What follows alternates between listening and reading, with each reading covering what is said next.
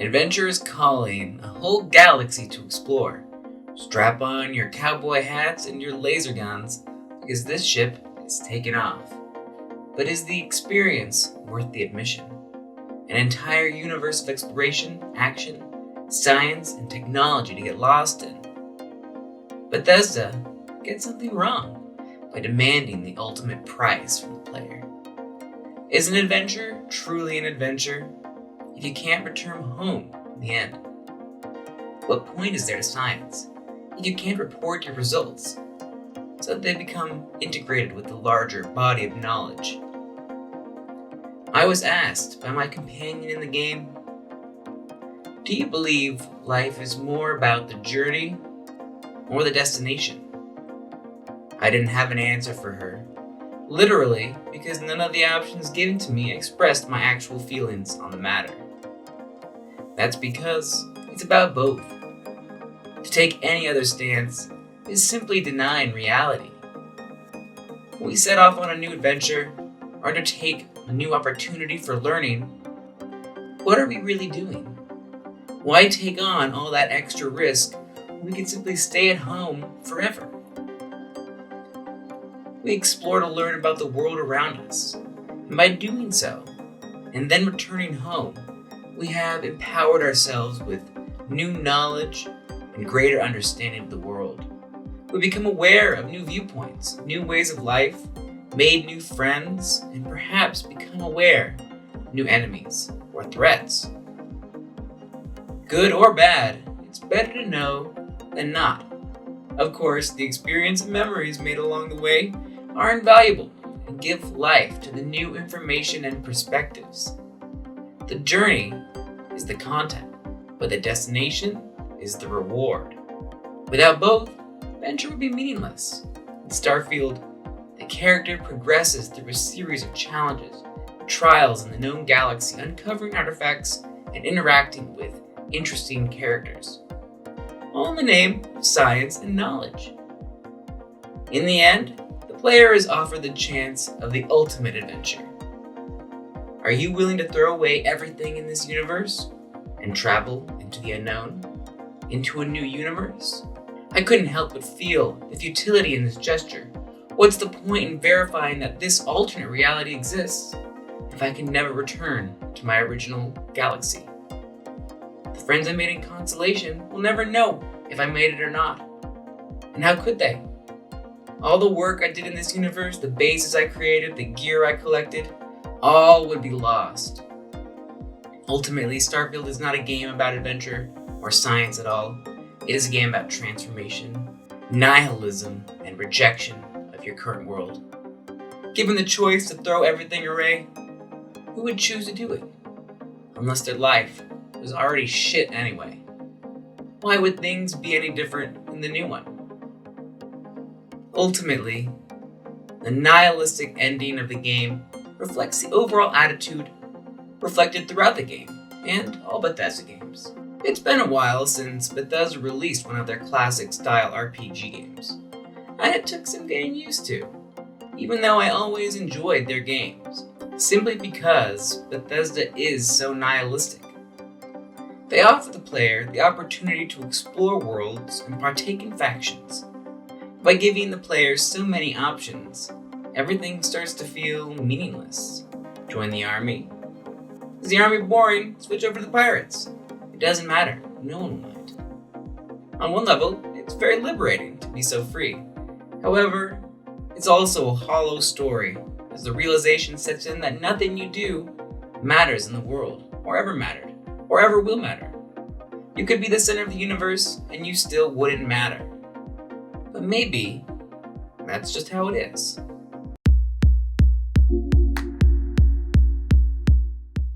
The visuals of Starfield are a mixed bag.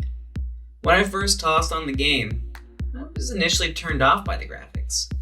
They seem so hazy and unimpressive. You begin the game on an asteroid mine. There is nothing what stands out in these first moments of the game. The player travels on a spaceship, surprisingly drab for a futuristic world. But I guess we're just not going for that idealized aesthetic. Finally, the player sets foot on New Atlantis, the the center of the civilized galaxy, the epicenter of trade and government, the United Colonies. This is the first time we get to see a cleaner, more idealized environment. Still though, the graphics are surprisingly regressive. The city itself looks like a standard corporate park with a few buildings scattered around, surrounding a fountain. The trees are polygony. The leaves are low res. I played the game on Xbox Series X and I found the game to have a distinctly last-gen feeling. It was a tame beginning. However, I did start to get used to the graphics and visual style. The haze that was the weather. The matte graphics, a visual style choice. The drab, unremarkable, unfuturistic spaceships, NASA punk. Overall, rather than bad due to lack of technology, it seems the overall effect of the odd choices just gives the game a general lackluster appearance. It does sort of look like a comic book, rather than going for the bright or shiny hyperreal. Bethesda went for a more subdued, grainy, comic-like look. Some areas were even nice to look at, and there were many instances where, despite the dull visuals, you can tell that there are some solid graphics underneath all the muck and crud Bethesda piled on top of them. Bethesda utilizes a mixture of procedural generation and human design to create the illusion of vastness. There are thousands of planets and moons to visit in the game. I did not visit all of them. The majority of them are lifeless moons and planets. However, even among them, there are a large variety of different environments to encounter. So it didn't really get boring. But it was never really fun to begin with. Many planets also have flora and fauna, which adds to the varieties of environments the player might encounter. The random environments can be a bit fun to look at, but I never felt more than the bare minimum of intrigue by the environments I landed in. The environments actually seemed too fake. The trees are too spread apart, they never clump. Everything is kind of small and mini, homogeneous. The landscapes lack any sense of verticality or interesting features. Mountains are just small clumps of dirt resting on flat landscapes. It's too fake to be interesting. The character creation in this game was a fascinating experience. Bethesda has pretty much set the mark on strange character creation menus, and Starfield is no exception. Who can forget Oblivion's cutting-edge character creation screen, which allowed the player more options than ever before in character customization, but also allowed the player to alter the character in strange ways, which resulted in most characters looking more than a bit odd. Starfield's character customization was the oddest one yet. Each facial feature is a blend of different presets, which the character can adjust the proportions of to achieve certain effects. The head itself is presented like a balloon, which can be inflated or deflated asymmetrically. It's bizarre. As with all of their systems, with a skilled hand, someone can get pretty good results. Ultimately, the new system is just too unintuitive though.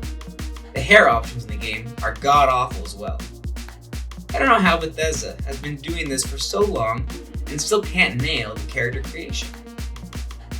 What I found most annoying was seeing my character in the creation screen and him seeming alright. But then once I saw him on the field, I'm like, kinda looks like a girl. The basic models look androgynous. They're like androgynous slams of meat. It took 3 times in the character creation for me to make the character have an appearance I was happy with. I'm a bit disappointed I wasn't able to change the character's height. I give the visuals in Starfield a 7.5 out of 10. Starfield follows in the tradition of other Bethesda open world games by offering a selection of quest lines for the player to get involved in, as well as many side quests, some of which can become quite involved. There are 4 main factions which you can get involved in Starfield, outside of the main quest. While the main quest deals with a group of philosophers and scientists operating in a lodge, trying to find out the secrets of the universe.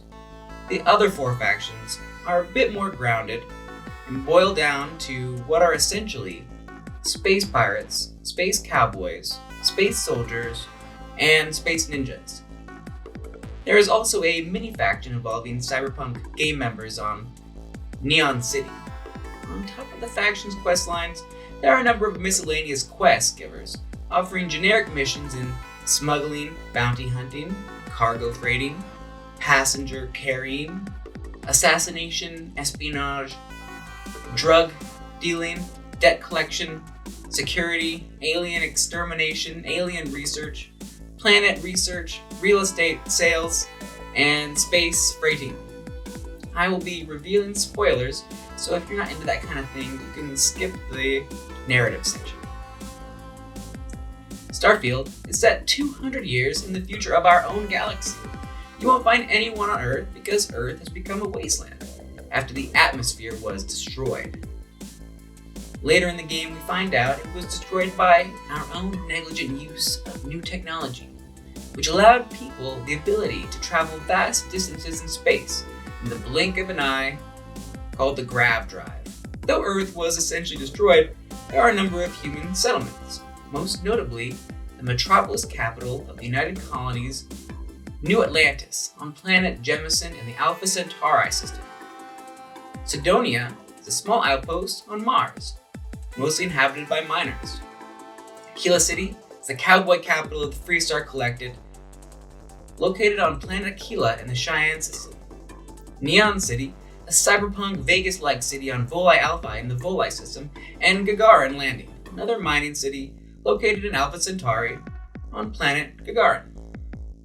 There are also several miniature settlements worth noting, including Hopetown, basically a factory, located on Polvo in the Vala system, and Paradiso, a luxury resort in Parima 2 in the Parima system. Also, there's Red Mile, a casino hotel on Parima 3 in the Parima system. Not too shabby a list of settlements for a small open world game. Governing the various settlements are 3 governing bodies. There is the United Colonies, the Freestar Collective, and the snake-worshipping House Varun. There are also some planets outside of the laws of any governing body. The settlements are a bit odd in that even on the ones which are supposed to be the most populous, they exist in basically total isolation. A single settlement for an entire planet. This quirk even seems to become a bit of a joke to the writers who, in one quest involving the Paradiso Resort, the player meets a group of travelers who hailed all the way from old Earth. They've been inhabiting a generation starship, which set off before the grav drive was invented. They're hovering over Parima 3, the planet on Paradiso, believing that they should have claim to the entire planet based on some contract they made back on Earth, but can't settle it because there is now a resort there. This quest highlights the absurd ultimate conceit of the game. There is simply too much space in Starfield. There is obviously no reason that this single ship of maybe a few hundred people, max, couldn't share an entire planet with a single resort which occupies a single point on a beach. But they act as though the entire planet has been taken. Both parties do. After participating in a few escapades of this nature, it becomes obvious that the writers of this game are not taking it too seriously, and the player probably shouldn't either. The generic quests are generally boring. The game will keep feeding generic quests forever, so there is no point in attempting to complete all of them. There are some interesting side quests though, so it's up to the player to figure out which ones are worth diving into. General rule of thumb: there is unique dialogue, then it must be at least a somewhat unique quest, though that doesn't inherently make it interesting. The faction quests and the main quests are the main event in the game. It's unfortunate, but despite Starfield offering a massive open galaxy to explore, there is little reason to veer off the beaten path because there is just not that much to do outside of the quests. The first faction, in the UC Army, centers on 2 separate plotlines. The first will have the player uncovering a conspiracy covering up a massive outbreak of horrific aliens which pose a threat to society. The player learns that the terramorphs can actually be produced from a common slug-like creature called a heat leech, which is the space equivalent of rats, and they are ubiquitous throughout the cities of the civilized world. When exposed to pollen from the Lazarus plant, heat leeches undergo a metamorphosis, turning into terramorphs, making the existence of the plant a threat to humanity. The Terramorph questline is a fun alien shoot-'em-up which will yield to the player some of the best gear in the game and a penthouse apartment on New Atlantis to boot, alongside fast track to becoming a citizen of the United Colonies. It also unlocks the assassination questline if the player chooses to hide the devastating actions of the Hannibal-like Vivictus from the UC Council. The second UC plotline actually has the player going undercover for the Space Pirates. The Space Pirates, Crimson Fleet, are actually a full faction themselves. With the Crimson Fleet, the player goes on a treasure hunt, looking for a lost Gal Bank freighter which crashed somewhere, but no one knows where. This questline has the player committing acts of piracy and a number of interesting locations for the dangerous pirate captain Delgado, all in the name of gathering information for UC System. In the end, it's up to the player to decide who to side with in the final confrontation between the pirates and the army. If the player sides with the pirates, they get to keep the Crimson Fleet as an ally, and they will offer the player smuggling quests and access to fencing for stolen goods. The player also gets a bunch of credits from the treasure hunt on either side, and snags a free ship along the way. The Freestar Collective is essentially a bunch of cowboys. Their rustic demeanor a stark contrast to the harsh lifestyle seen in New Atlantis. Despite being a full faction, the questline is actually the shortest one. The line begins with the player learning of a group of ship thieves harassing a farmer on the farm planet Montera Luna for their farmland. Turns out the ship thieves are part of a conspiracy led by the CEO of Hope Town himself, CEO of Hope Tech Industries, attempting to trick farmers into ruining their own land for the sake of sci-fi mining purposes. The player will get a ship at the end of this brief quest line and become a full ranger for the Freestar Collective. The last major faction, Ryujin Industries, takes place primarily on Neon City. Ryujin is a corporation selling who knows what and causing a lot of corporate mischief for their competitors. The Ryujin executive uniform is an interesting blend of standard corporate wear with Japanese yukata. The early part of the Ryujin questline will have the player committing various acts of corporate espionage for Imogen Salzo, a corporate executive, eventually garnering the attention of the CEO, Saka Imada, in the second portion of the Ryujin questline. The player will learn that the head of the operations, Ularu Chen, has framed Imogen and plans to overthrow Masaka and take control of Ryujin. The player uses a mind control device, secretly being developed by Ryujin, and stealth tactics to thwart Ryujin's competitors, and if the player chooses to do so, stop Ularu's diabolical plan. The player gets a kinda sweet, but kinda not really office for completing the Ryujin alongside the mind control device they get, and they'll also get some good stealth gear. The main quest follows Constellation's search through the galaxy for the mysterious artifacts, which the player encounters in the beginning of the game. After touching an artifact for the first time, the player always blacks out. Their consciousness transports to an alternate state which can only be described as a revelation of the cosmos. The player takes on various missions involving either locating artifacts or seeking out mysterious temples which Constellation finds through scientific analysis of each artifact and observation of the stars through their satellite over Jemison called the Eye, manned by Vlad. 4 main companions, who the player can take along on quests and form relationships with, are also part of the Constellation organization. Sarah Morgan, Andreja Barrett, and Sam Coe. The temples exist on isolated, uninhabited planets. Each visit to a temple provides the player with a new star power.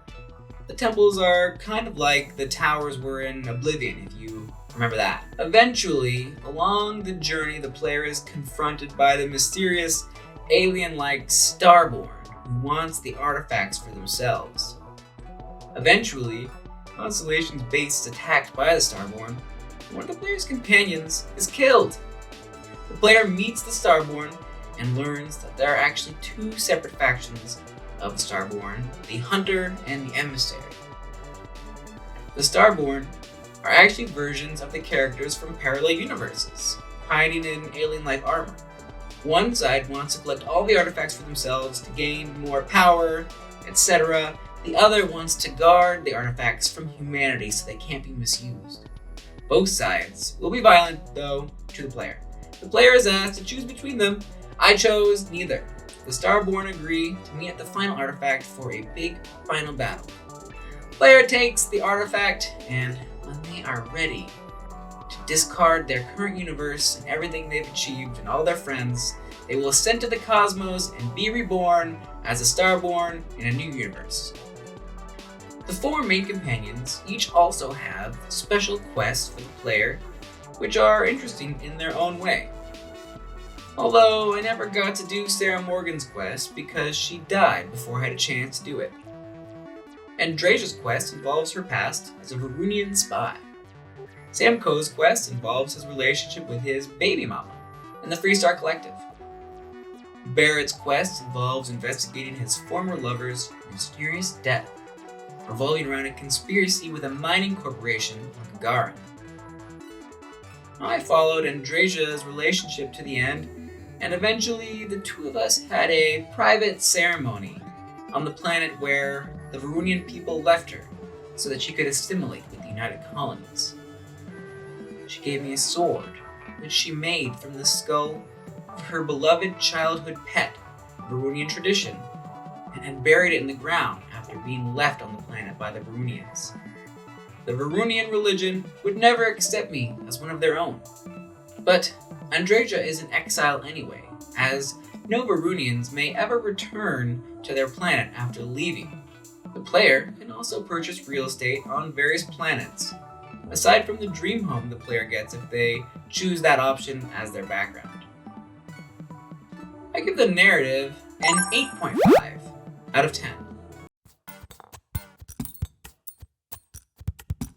Starfield's gameplay is a chaotic jumble of different ideas, complex menu navigations, and classic Bethesda open-world mechanics.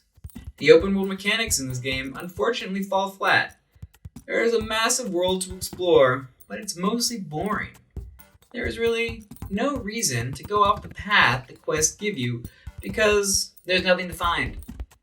The civilizations are separated by space, so there is no continuity. The player has the option to land anywhere on a planet. However, if they don't land on a main area, they will simply land in a place procedurally generated by the game. The game's memory can hold up to 5 landing spots per planet. After that, the landing points will become erased, so they stop to exist. There's no point exploring them, and they are not that interesting. Typically, they will have random features to explore, such as buildings and outposts, but those will also be generic. In the end, these dreamscapes exist only in the player's game. If the player makes an outpost on one of them, it will remain as long as the outpost does. There are a number of environmental effects which the player can succumb to. Most of them involve getting the right medicine for the condition. However, managing your oxygen intake is a really big challenge in this game. Running uses oxygen, even on oxygen-rich planets. And overexertion will start to literally cause damage to the player, so you can literally hurt yourself running in Starfield. There are no vehicles, however the player does have jetpacks, which work really well, though they are sometimes a bit too powerful on planets with low gravity. It is very annoying jetpacking too hard and then winding up with a sprained ankle, which happens frequently in the game. Starship flying is clunky. the player does not get to take off from the planet seamlessly. Instead, when taking off, the player will encounter a loading screen and then be in space. Space battles are awful. The player starts out with a very bad ship, and it can be very easy to lose battles. As the player levels up and upgrades a ship, they will still be pretty bad.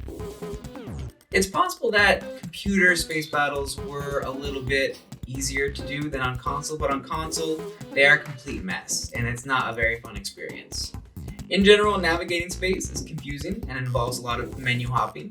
Space is fast, and it's easy to get lost, but you eventually do kind of get the hang of it. You just need to have a lot of patience for the menus you'll have to navigate. Seems the general consensus is that the game takes about 12 hours to get used to all the controls and all the weird systems, and the game starts to feel more like any other classic Bethesda game, and it can be quite pleasurable. The space travel is never very interesting though. It's essentially entirely fast travel with no alternatives. Technically, real space travel would be very boring. However, making space travel could have been an interesting opportunity for Starfield to do something new. But they just went with fast travel everywhere, always. It creates a very disconnected feeling, which deters the player from ever wanting to actually explore. Bethesda decided to go with a new variation on the skills system in this game. The skill trees are divided into 5 trees: physical, combat, social, science, and tech.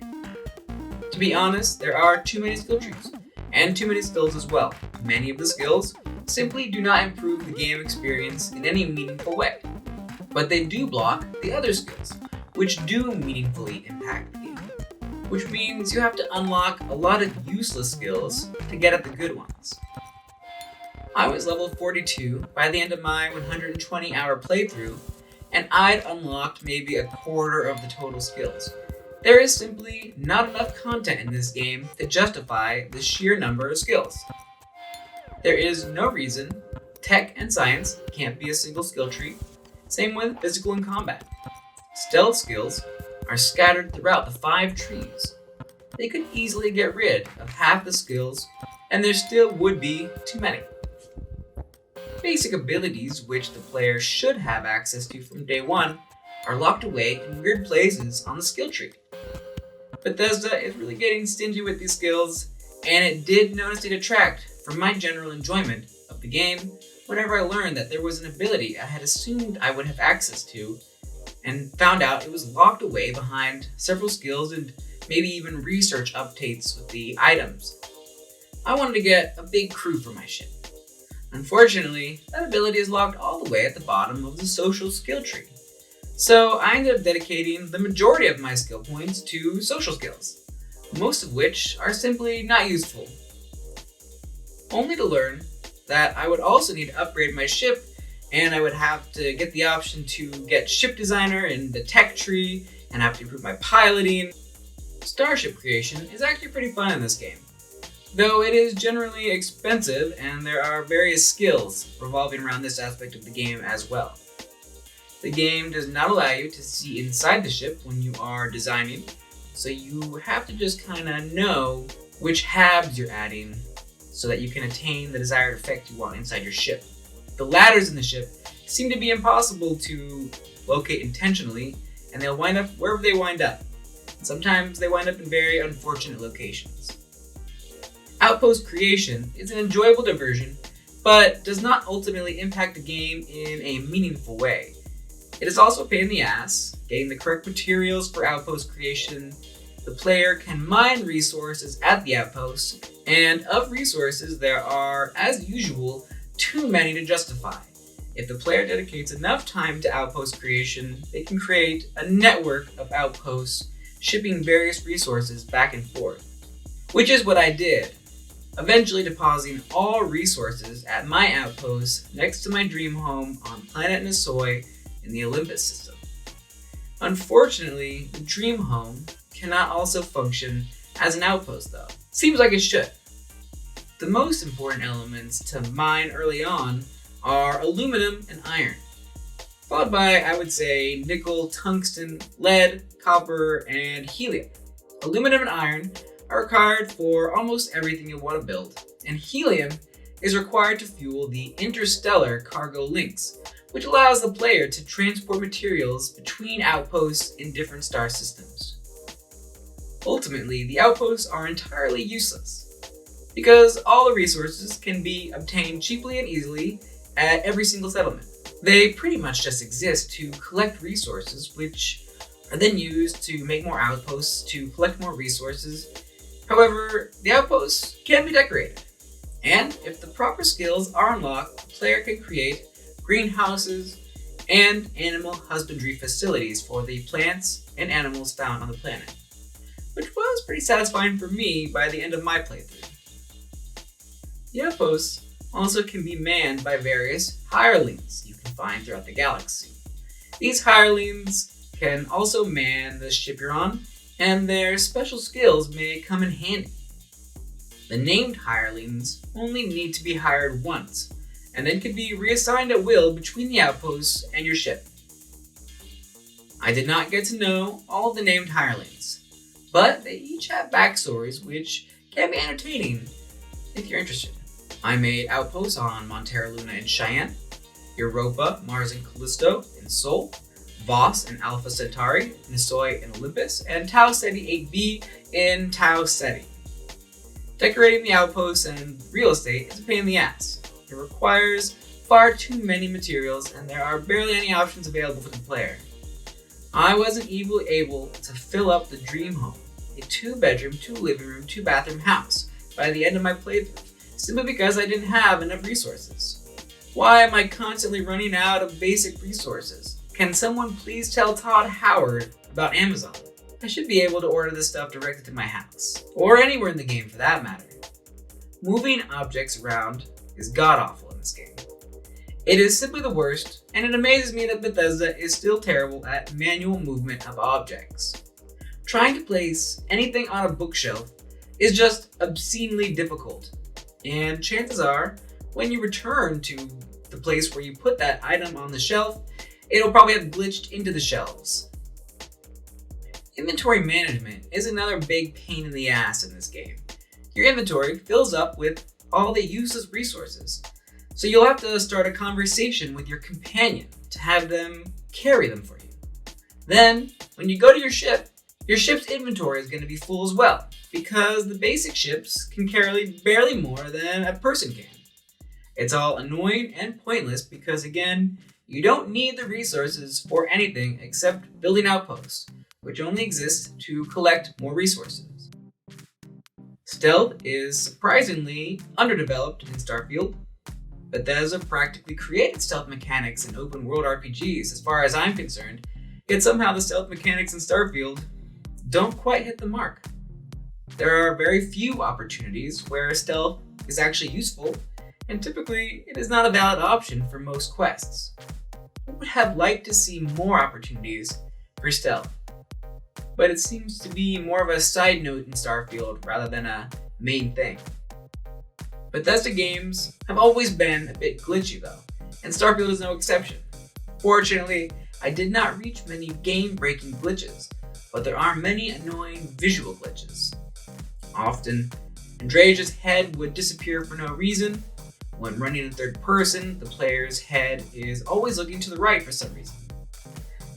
Often characters will simply not look at you during dialogue, or maybe even not turn around. I encountered one big one when doing the Operation Starseed quest. After siding with Attila the Hun's clones in the battle, the rest of the camp just went aggro on me for no reason, and I was unable to complete the quest, even after reloading several times. Attila the Hun kept attacking me. The game also frequently crashes. As usual, you're going to need to make liberal use of that quick save button, or you're going to end up disappointed.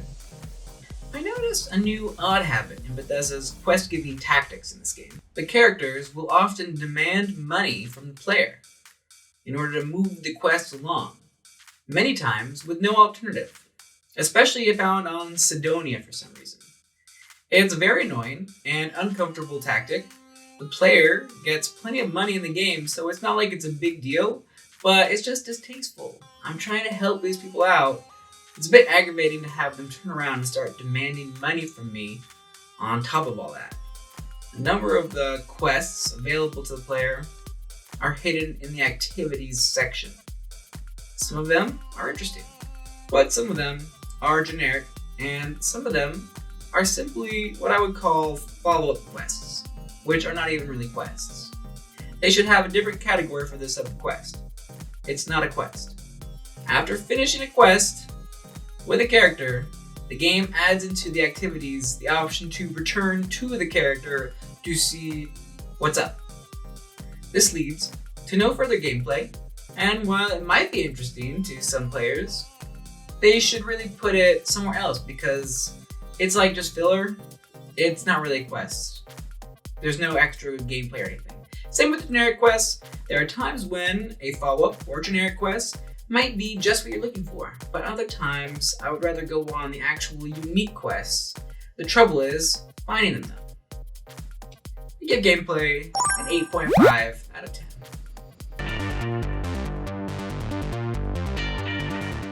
Starfield is a flawed game weighed down by underdeveloped concepts, vast stretches of emptiness, and over-reliance on scarcity.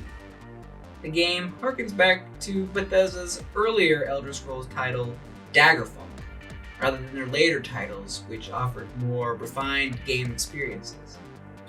Daggerfall as well, or so I've heard as I haven't actually played that one yet, has vast swaths of uninteresting landscapes and difficult and confusing mechanics. Starfield is Bethesda's newest IP, and they have taken a number of risks, which I applaud. However, they are simply bit off a bit more than they can chew in terms of sheer scope of the game this time. There is too much space and not enough content to justify it. The systems all work in opposition to one another, making early gameplay and inventory management a total chore, and it only slightly improves as the game carries on. Starfield is a good rudimentary first try for a new game system, and I look forward to seeing how Bethesda will learn from its mistakes in this game, so that Starfield 2 will be the polished experience we all were hoping it would be. Starfield is worth playing for fans of open world RPGs, first-person shooters, space games, and supply chain management simulators. Don't play this game if you want a highly polished experience that will be easy to just fall into. I give Starfield an 8.3 out of 10 and an unpolished 9 all the way over here, because this game has a rough gem hidden inside if you're able to find it through all the space. It'll look really hard. Also, aliens. I didn't mention it, but I really think there should be some goddamn aliens in this game. Make them green with big eyes and big heads if you want. I really don't care, but there really should be aliens in Starfield.